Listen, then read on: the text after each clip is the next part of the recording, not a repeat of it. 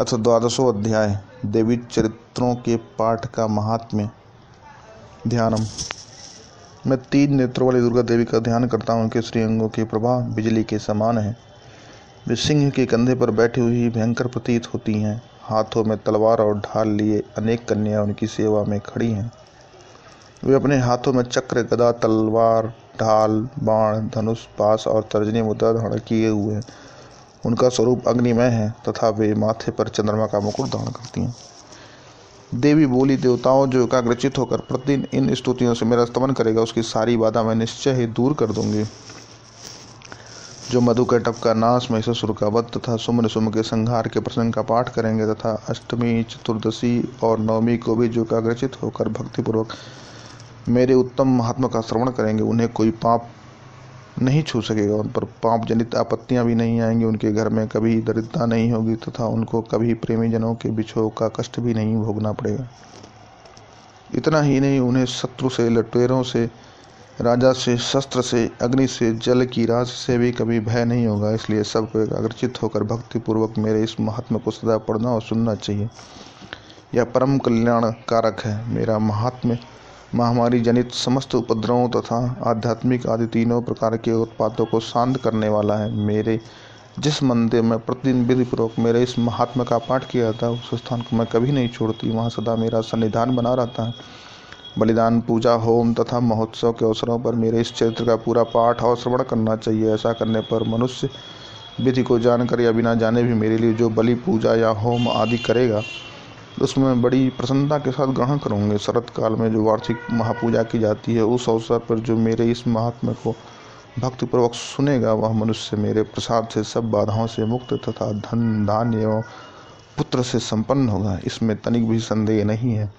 मेरे इस महात्म्य, मेरे प्रादुर्भाव की सुंदर कथाएं तथा युद्ध में किए हुए मेरे पराक्रम सुनने से मनुष्य निर्भय हो जाता है।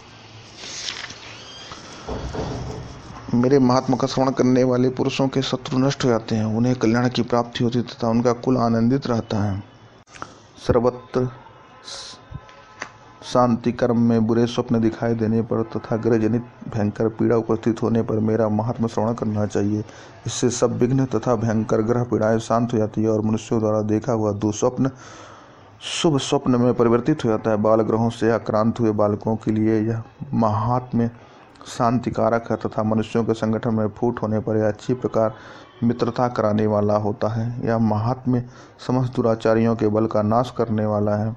इसके पाठ मात्र से राक्षसों, भूतों और पिशाचों का नाश हो जाता है। यह मेरा सब महात्म्य मेरे साम्य की प्राप्ति कराने वाला है। पशु, पुष्प, अर्घ्य, धूप, दीप, गंध आदि उत्तम सामग्री द्वारा पूजन करने से, ब्राह्मणों को भोजन कराने से, होम करने से, प्रतिदिन अभिषेक करने से, नाना प्रकार के अन्य भोगों का अर्पण करने से तथा दान देने आदि से 1 वर्ष तक जो मेरी आराधना की जाती है और उससे मुझे जितनी प्रसन्नता होती है, उतनी प्रसन्नता मेरे इस उत्तम चरित्र का एक बार श्रवण करने मात्र से हो जाती है। यह महात्मा श्रवण करने पर पापों को हर लेता है और आरोग्य प्रदान करता है। मेरे प्रादुर्भाव का कीर्तन समस्त भूतों से रक्षा करता है तथा मेरा युद्ध विषयक चरित्र दुष्ट दैत्यों का संहार करने वाला है। इसके श्रवण करने पर मनुष्यों को शत्रु का भय नहीं रहता।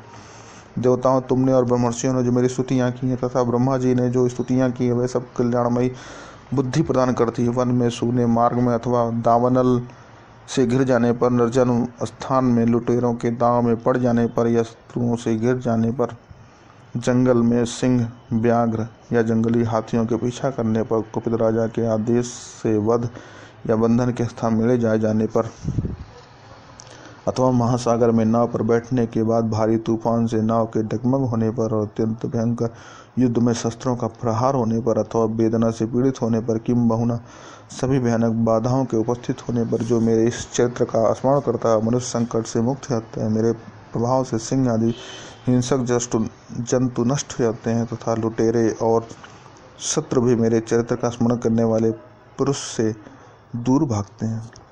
ऋषि कहते हैं, यों कहकर प्रचंड पराक्रम वाली भगवती चंडिका सब देवताओं के देखते देखते वहीं अंतर्ध्यान हो गई। फिर समस्त देवता भी असुरों के मारे जाने से निर्भय हो पहले की भांति यज्ञ भाग का उपभोग करते हुए अपने अपने अधिकार और कर्तव्य का पालन करने लगे। संसार का विध्वंस करने वाले महाभयंकर अतुल पराक्रमी देव शत्रु शुंभ तथा महाबली निशुंभ के युद्ध में देवी द्वारा मारे जाने पर शेष दैत्य पाताल लोक में चले आए।